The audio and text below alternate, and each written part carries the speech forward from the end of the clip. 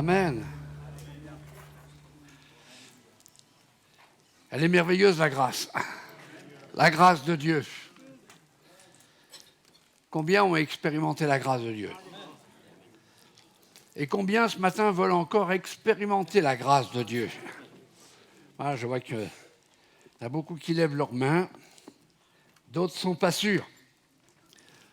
Nous allons lire un passage qui n'est pas souvent le passage favori des enfants de Dieu. Ouh là!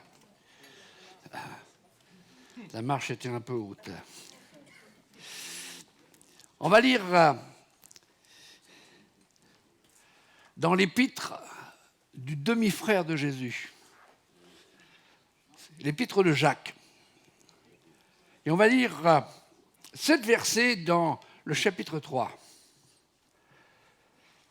Et je vous demande de porter votre attention sur certaines expressions, certains mots. Il est dit ceci: si nous mettons le mort dans la bouche des chevaux, pour qu'ils nous obéissent, nous dirigeons ainsi leur corps tout entier. Verset 4. Voici même les navires qui sont si grands et que poussent des vents impétueux sont dirigés par un très petit gouvernail au gré du pilote. De même, la langue. De même, ma langue. Vous voulez le dire aussi? Non, pas de même sa langue. Hein. Votre langue. De même, ma langue est un petit membre. Et elle se vante de grandes choses. Est-ce que c'est pas facile de se vanter de grandes choses? Ouais, j'ai réussi, ouais, j'ai su faire, c'est merveilleux. On ne se vante pas de nos faiblesses. Hein. Voyez comme un petit feu peut embraser une grande forêt. La langue aussi est un feu. Ma langue aussi est un feu. Et Jacques va loin. Hein. C'est le monde de l'iniquité. La langue est placée parmi nos membres, souillant tout le corps et enflammant le cours de la vie. Waouh! C'est-à-dire raccourcissant la vie, je dirais diminuant la vie, handicapant la vie, étant elle-même enflammée par la gêne. Toutes les espèces de bêtes, d'oiseaux, de reptiles et d'animaux marins sont domptées et ont été domptées par l'homme. Mais la langue, aucun homme ne peut la dompter. Moi, je dirais, même une femme ne peut pas la dompter. Parce qu'on dit, ouais, les hommes, d'accord. C'est un mal qu'on ne peut réprimer. Écoutez bien, elle est pleine d'un venin mortel. Notre version dira d'un poison mortel. Par elle, nous bénissons le Seigneur, notre Père, et par elle, nous maudissons les hommes faits à l'image de Dieu. De la même bouche sortent la bénédiction et la malédiction. Il ne faut pas, mes frères, mes sœurs, qu'il en soit ainsi. Est-ce que vous voulez dire Amen? Amen. Dimanche dernier, nous avons entendu un message sur la séduction de l'ennemi dans nos pensées. Le père du mensonge qui s'infiltre dans nos pensées, qui nous manipule, qui nous intimide dans nos pensées, des pensées qui ne viennent pas de Dieu. Et je peux donner une toute petite conclusion à cela, c'est qu'il faut amener toute pensée soumise à Christ. Et ce matin, je voudrais dire, il faut amener toute parole soumise à Christ. 2 Corinthiens, chapitre 12, verset 5, il paraît sur l'écran, il me semble, « Nous renversons les raisonnements et toute hauteur qui s'élève contre la connaissance de Dieu. » Contre la connaissance de Dieu, ce que Dieu est, ce qu'il dit, ce qu'il veut que nous soyons, contre la connaissance de Dieu. Et nous amenons toute pensée captive à l'obéissance de Christ. Nous amenons toute parole captive à l'obéissance de Dieu. C'est le seul moyen pour ne pas pécher par notre bouche, notre langue, par nos paroles. Jacques, le pasteur de Jérusalem, parle justement de ce débit de parole. Ce débit de parole qui souvent nous amène à attrister le Saint-Esprit. Et il dira au chapitre 1er, verset 19, « Sachez-le, mes frères bien-aimés, ainsi que tout homme soit prompt à écouter, lent à parler, lent à se mettre en colère. En toute simplicité, j'aimerais ce matin que nous réfléchissions sur le pouvoir de nos paroles, le pouvoir de notre langue. En janvier dernier, j'avais abordé un sujet, peut-être une première partie sur ceci, ce que ta bouche déclare, c'est ce que tu vis. Mais ce matin, j'aimerais continuer sur ce que ta bouche dit, qu'est-ce que les autres vivent. Ce que ta bouche dit, qu'est-ce que les autres vivent. Et Jacques donne des illustrations sur la langue. Et il compare la langue à 4 choses, 4 éléments qui sont petits. Mais comme dit une certaine pub, petit mais costaud. Vous connaissez ça? Moi, quand on me dit « Comment va ta femme ?» Ça va, petite mais costaud. C'est vrai, elle est petite, mais il ne faut pas s'y frotter. Hein. Que Dieu la bénisse, me protège. Mais merci pour cette femme encourageante. Ça, c'est une parole de bénédiction. Mais vous savez que ces petits membres ou ce petit membre peut avoir des effets regrettables, tragiques et dramatiques. Avez-vous déjà rencontré quelqu'un qui parle énormément et qui vous ne donne même pas le temps de dire quoi que ce soit? Peut-être que quelquefois vous êtes cette personne. On vous pose des questions et vous donnez la réponse, ou vous posez les questions et vous donnez en même temps les réponses. Et souvent, on a tellement de choses à dire. Et même dans la prière, on dit « Seigneur, parle !» Mais on a tellement de choses à lui dire qu'on ne lui donne pas la possibilité de parler. J'aimerais qu'on puisse poser quelques questions sur nos paroles, sur notre langue. Ce que nous disons, est-ce que ça glorifie toujours le Seigneur? Est-ce que nos paroles sont toujours des paroles de bénédiction, d'encouragement, ou le contraire?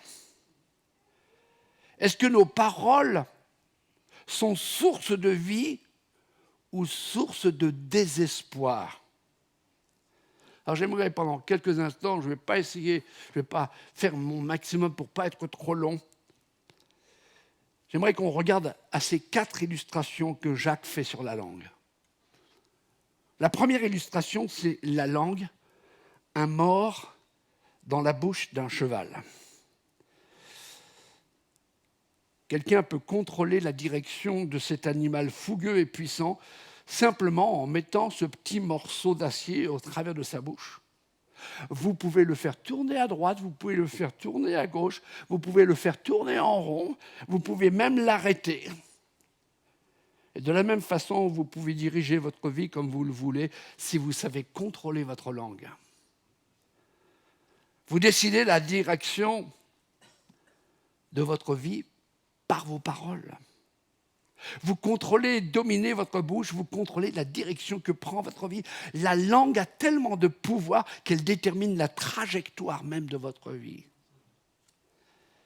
Si vous êtes toujours enclin à juger, à critiquer, à parler d'une façon négative, votre vie ne connaîtra jamais un épanouissement total. Elle ne connaîtra jamais la joie de vivre, l'expression de l'Esprit Saint en vous.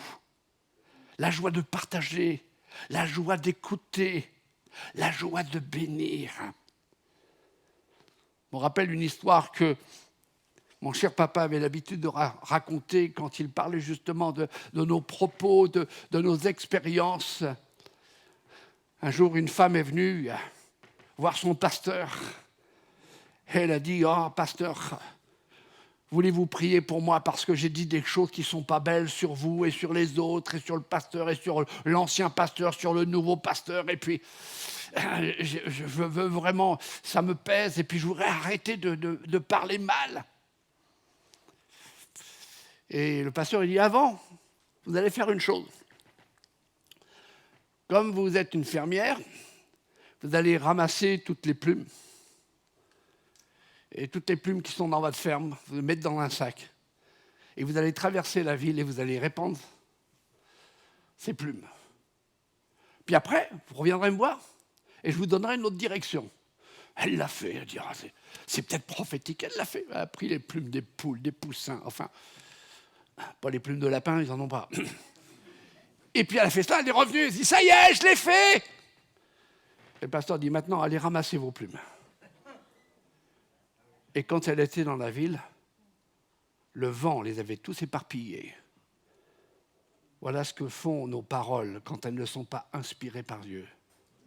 On dit souvent, les écrits restent, mais les paroles s'envolent. Oui, mais les paroles qui s'envolent peuvent blesser pendant des années. Un mort dans notre bouche nous parle du contrôle du Saint-Esprit, de notre soumission. Nous mettons notre langue dans cette soumission au Saint-Esprit. Une deuxième illustration, la langue, un gouvernail de bateau.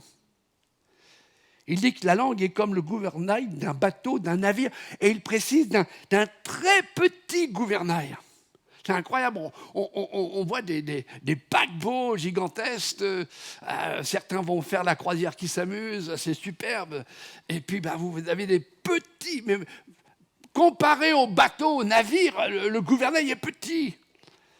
Pourquoi est-ce si important ? Parce que lorsque le navire se trouve en pleine tempête, il faut continuer à contrôler le gouvernail. Si le pilote lâche le gouvernail, ne le contrôle plus, et c'est la tempête qui va contrôler le navire et l'emporter vers un naufrage assuré, soit se retourner par la puissance des vagues, du courant, ou soit se fracasser contre les récifs. Lorsque votre vie expérimente la tempête, il est important de contrôler ce que vous dites face à l'épreuve. Allô ? Vos paroles vous mèneront soit au bon port, ou soit dans le naufrage. Vous souvenez-vous de cette merveilleuse histoire-aventure des disciples en pleine tempête. Jésus est assoupi, il dort. C'est à peu près la seule fois où on voit Jésus dormir. La mer fait rage, ou le lac fait rage, la barque tangue de plus en plus. Les disciples qui viennent de voir de grands miracles, une multiplication, un repas, un festin. Mais leurs yeux ne sont plus sur le miracle, leurs yeux ne sont plus sur le faiseur de miracles, leurs yeux uniquement sur la tempête. Et leurs paroles confessent la tempête. Leurs paroles confessent qu'ils vont périr, ils vont couler. Qu'est-ce qu'ils vont faire ? Ils ont oublié que celui qui est dans la barque est plus fort que la tempête. Ils ont oublié que c'est Jésus le Créateur. Jésus, dont on vient de chanter, son nom est au-dessus de tout nom, son nom est glorieux, son nom est merveilleux, mais son nom aussi est victorieux.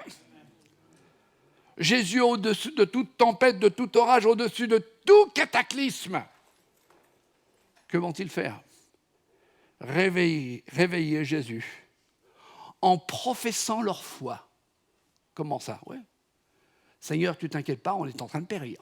Ça, c'est la foi. Mais une foi dramatique, une foi négative. Le mot périr, le mot danger, je suis en danger, ou le mot je ne suis pas bien, ne doit plus être prononcé par notre langue. Mais Jésus est à bord de ma vie. Quand la maladie frappe ta vie, mon frère, ma soeur, quand le deuil est là, quand tu perds ton travail, quand on te persécute, on se fait des injustices dans ton travail, quand tes finances se diminuent alors que tout augmente, quand l'atmosphère n'est plus au beau fixe dans le foyer, dans la famille, quand les paroles volent en l'air entre un homme et une femme que Dieu a unis, quelles sont tes paroles ? On ne pourra pas continuer à vivre ensemble. C'est fichu, c'est terminé. Qu'est-ce que je vais faire ? C'est la fin. Tout est perdu, plus d'espoir. Et certains vont dire, il faut faire avec. Qu'est-ce que le nom de Jésus est pour toi ? Un nom qui est dans la Bible ou un nom qui est dans ton cœur? Un nom qui est dans ta bouche et que tu prononces dans la tempête? Le nom qui est au-dessus de tout cancer, de toute maladie, de toute crise financière, de tout désarroi. Ce nom qui renferme toutes les promesses de Dieu. Job a fait une déclaration extraordinaire. Moi, j'aime bien cette déclaration. Quand le diable vient dans mes pensées, comme on l'a entendu, et vient m'intimider, je reviens toujours à cette pensée. Et souvent, c'est dans la nuit quand je n'arrive pas à dormir. Ouf, allez.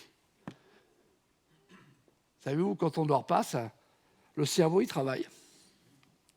Eh bien, Job 3,25. Dites-le, Job 3,25. Dis-le à ton voisin, Job 3,25. Ce que je crains, c'est ce qui... Ce que je redoute, c'est ce qui m'atteint. Ce que je déclare dans la crainte, dans la peur, c'est à quoi j'ouvre la porte.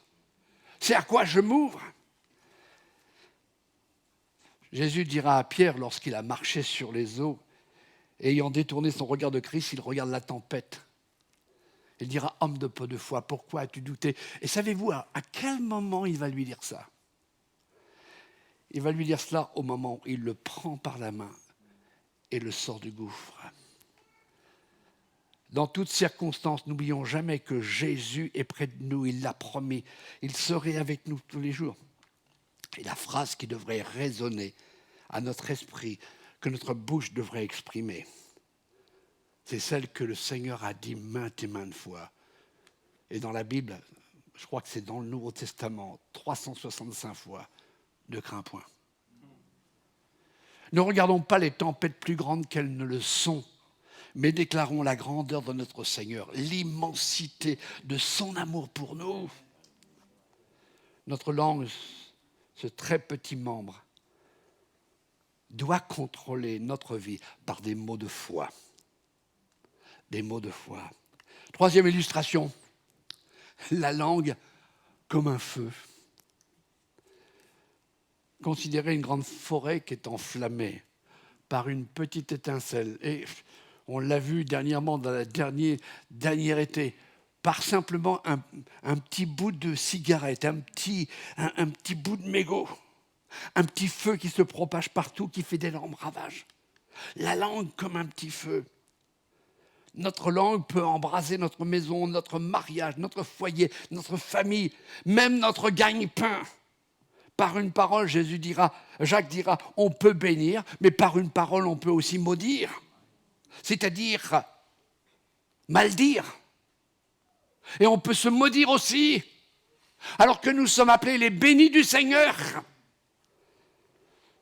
Par une parole, on peut construire, et par une parole, on peut démolir.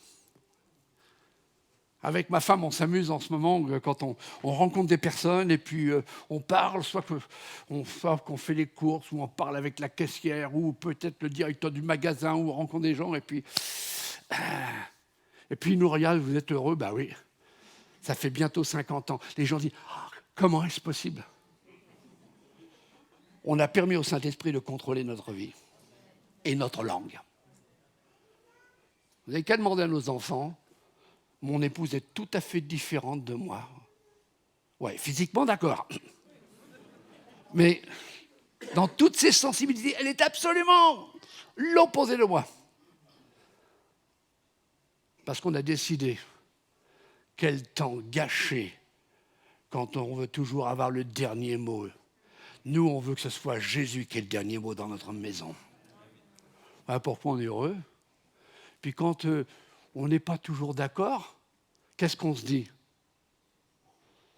Est-ce qu'on va dans notre chambre, on claque la porte, on boude comme un enfant de 3 ans parce qu'il a perdu sa toutouille?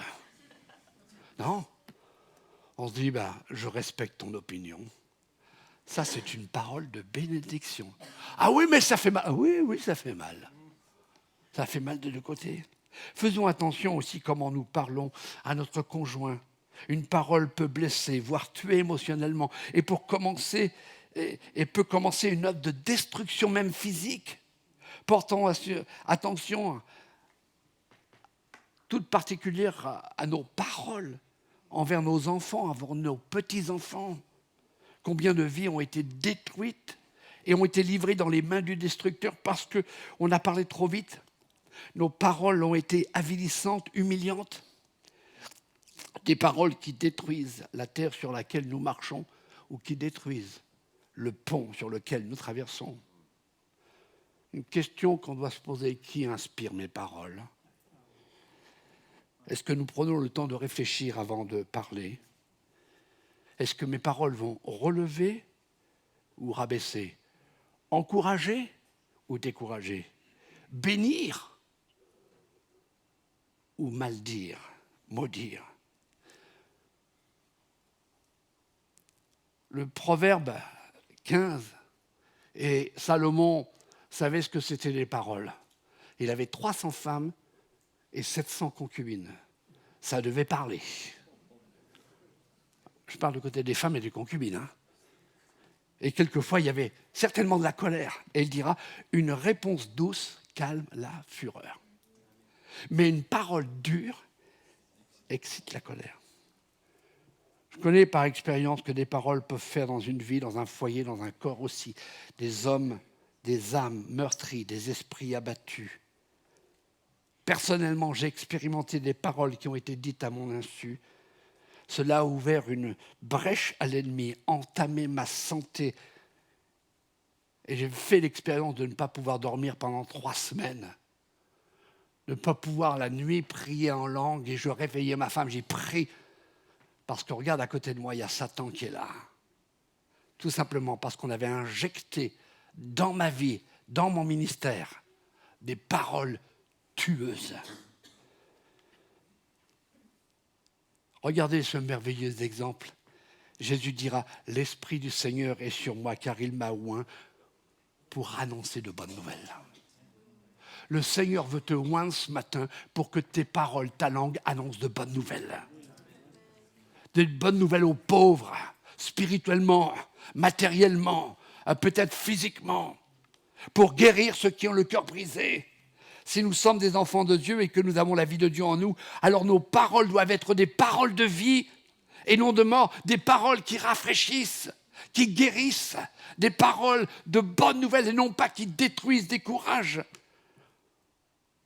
On a l'habitude de dire, certains jettent l'huile sur le feu.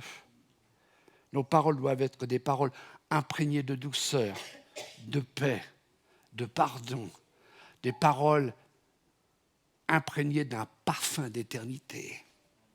Je termine par la 4e illustration.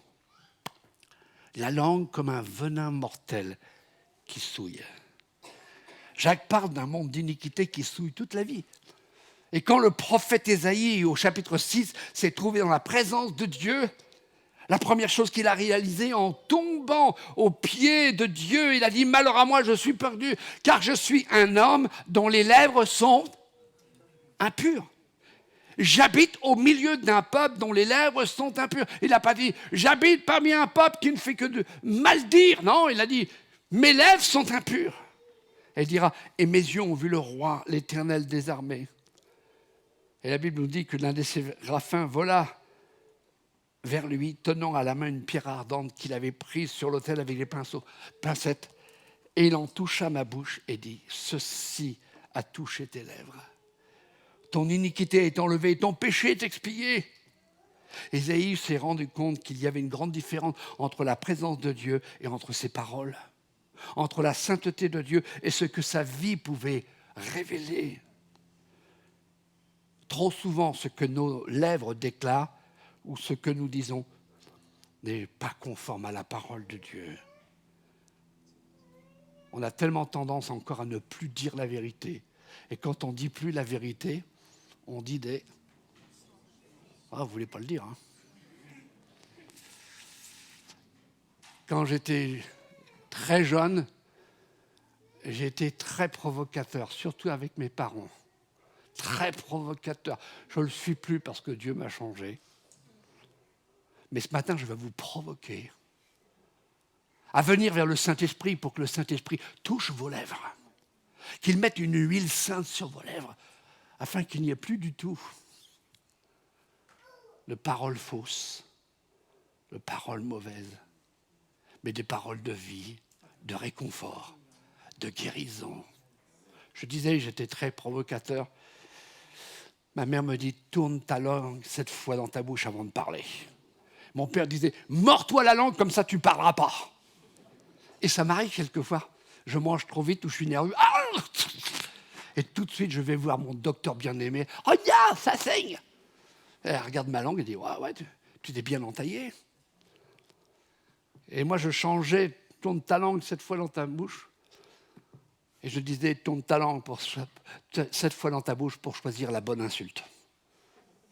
Parce que je voulais toujours rétorquer. Mais gloire à Dieu, Dieu a mis un mort à ma langue. Ésaïe a dit, malheur à moi, je suis impur. C'est quelque chose d'extraordinaire. Quand Dieu touche ta langue, tu ne peux plus dire n'importe quoi. Tu ne peux plus parler comme le monde. Mais il y a la douceur de la parole de Jésus. Jésus n'a jamais critiqué, n'a jamais jugé. Et tu deviens comme lui. Un jour, Pierre a dit, Seigneur, à quel autre irions-nous? Jean 6, 68. Tu as les paroles de la vie éternelle. Et nous avons besoin dans notre bouche de ces paroles de la vie qui sont un véritable antidote au venin mortel. Les paroles de Christ dans notre bouche sont des paroles pleines d'autorité, pleines de puissance, pleines de délicatesse. Est-ce que tu es délicat quand tu parles à quelqu'un? Quand quelqu'un revient au Seigneur, est-ce que tu es plein de tendresse? Est-ce que dans tes paroles, il y a de la compassion et il y a le pardon, constamment le pardon? Il y a un chant qu'on chantait quand on était un peu plus jeune, c'est le psaume 104, versets 33-34. « Je chanterai l'Éternel tant que je vivrai. » Quand tu parles mal, cesse de parler mal et chante l'Éternel tout le temps. « Je célébrerai mon Dieu tant que j'existerai. Que mes paroles lui soient agréables. » Alors là, je veux me réjouir devant l'Éternel. Je termine par cette pensée qui est ma conclusion. Dans le chapitre 6 de Josué, Dieu a ordonné un drôle commandement. Ils sont face à Jéricho et Dieu donne un commandement qui... Il donne un commandement, mais je dirais très difficile à obéir. Il dira à Josué, pendant 7 jours, vous allez tourner autour de Jéricho. Pendant 7 jours. La seule chose que je vous demande, qu'il n'y ait aucun son qui sort de votre bouche. Ah, moi j'imagine la femme qui dit, c'est bientôt fini ce cirque. Non, il ne faut pas parler. Et les enfants, on est bientôt arrivés, vous connaissez ça? Pendant 7 jours, un peuple qui, pendant des dizaines d'années, n'ont pas cessé de critiquer, de se lamenter, de se plaindre. Il fallait la fermer pendant 7 jours. Et puis, le 7e jour, bien sûr, il y avait les trompettes qui sonnaient la marche, qui donnaient la marche. Et les trompettes, c'était les sacrificateurs qui soufflaient. Alors pourquoi j'aime bien les trompettes, moi? Tadam, tadam. Ça, c'est quand on arrive juste à l'heure en avion, on entend une trompette. Eh bien là, 7e jour, les sacrificateurs ont résonné des trompettes retentissantes et à l'ordre de Josué, ils ont pu l'ouvrir avec des cris de joie. On a chanté ça ce matin au moment de la Sainte Seine. Avec des cris de joie et non pas des plaintes. Et qu'est-ce qui s'est passé? Les murailles sont tombées. La ville a été conquise. Ils poussèrent des cris. Et ils eurent la victoire. Mais avant, il fallait ne rien dire. Mon dernier point qui se met maintenant sur l'écran, c'est: êtes-vous prêts à relever le défi? Quel défi? Êtes-vous prêt à partir de cette semaine qui commence après le culte? Pendant 7 jours, faites ce que vous avez à faire, mais interdisez-vous de dire quoi que ce soit de négatif, de décourageant, des paroles remplies d'incrédulité, de doute, de critique, de jugement. Pendant 7 jours, tous les matins, avant de vous lever, vous dites « Seigneur, tu prends contrôle de ma langue, tu prends contrôle de mes parents, je veux être de mes paroles, je veux que je sois constamment inspiré. » Et peut-être que le Seigneur dira « Tu fermes ta bouche, tu dis rien. » Tu n'essayes même pas de te justifier ou de dire « Non, c'est pas juste. » Faites-le. Relevez ce défi. Et puis dimanche prochain, quand vous revenez, vous entrerez, vous crierez des cris de joie et vous verrez tous vos obstacles dans votre vie de croissance qui vous empêchent de croître, de voir Christ grandir en vous. Tous ces obstacles tomber. Puis-je me permettre de poser cette question? Peu importe si vous ne levez pas votre main. Qui sent le besoin que sa langue doit être purifiée par le Seigneur? Ne bougez pas, je prends mon stylo, je note. Non. Ouais. Allez, les épouses. Quelles épouses ont besoin de dire, Seigneur, donne-moi des paroles pour honorer mon mari? Voilà. Merci Agnès Bervar, c'est la seule. Non. Ouais. Et les maris, quels sont ceux qui veulent que leur langue soit aussi honorante, gratifiante pour la femme qu'ils ont reçue, qu'ils ont, et dire, Seigneur, tu me donnes aussi la patience. Est-ce que ce matin, vous qui avez besoin que votre langue soit purifiée, vous qui voulez que Christ se manifeste par votre langue, certaines personnes, excusez-moi de dire ça, mais certaines personnes disent, oui, j'entends qu'il y en a qui parlent en langue, mais moi je ne peux pas. Tout simplement parce que tu dis que tu n'es pas digne de recevoir le Saint-Esprit. Mais le Saint-Esprit, c'est lui qui va te purifier. C'est l'onction de Dieu en toi. Veux-tu ce matin te lever à ta place, là où tu es?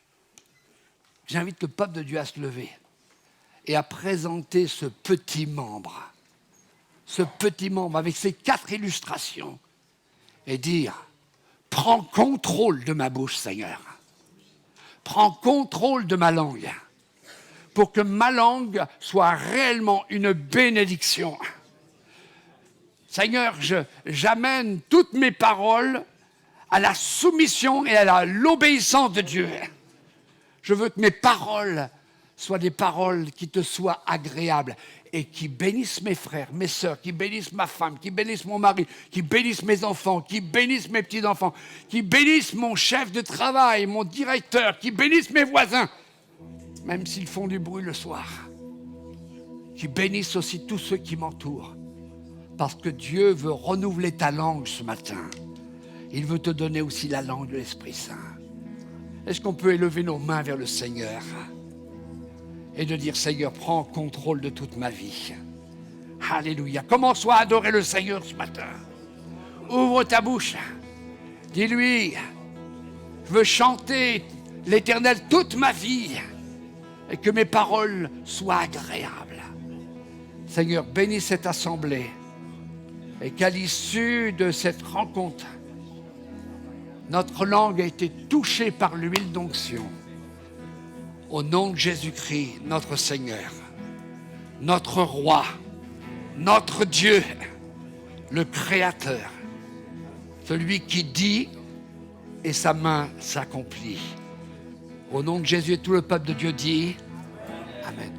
Tourne-toi vers quelqu'un qui est derrière toi et dis, je te bénis, mon frère, ma sœur.